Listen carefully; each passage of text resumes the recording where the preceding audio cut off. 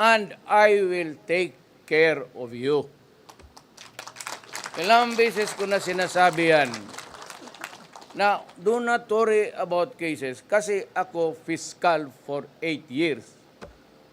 Nung nag-mayor ako, sa katagtagan ng droga, maraming umalis na pulis lumipat dito sa Maynila. Alam mo, kung nasa undercover ka, you're with the intelligence, malaman nila, they will just take a picture of your wife going down or sumasakay ng sakyan.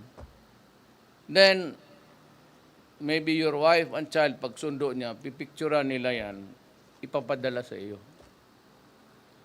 Yung mga namang pobreng sundalo, sir, wala man kaming pera, madala namin yung pamilya namin to a new place or even